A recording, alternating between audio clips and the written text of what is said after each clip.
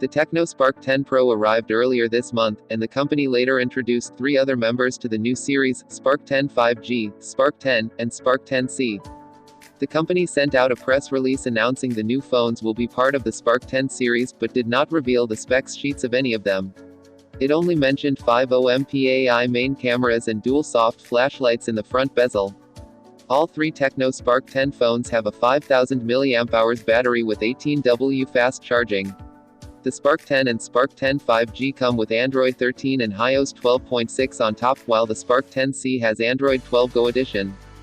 Tecno brought some fancy features such as beauty mode, and R stickers, and there are also super night filters and super night algorithm.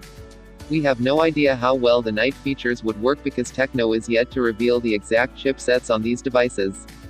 The Tecno Spark 10 Pro was announced in starry black and pearl white. The other models have these metacolors: black, blue, white, and green. The company said the Spark 10 series will be available in Sub-Saharan Africa, Southeast Asia, South America, the Middle East, and some European countries. We contacted company representatives to give us more specs on these phones, but we are yet to hear from them.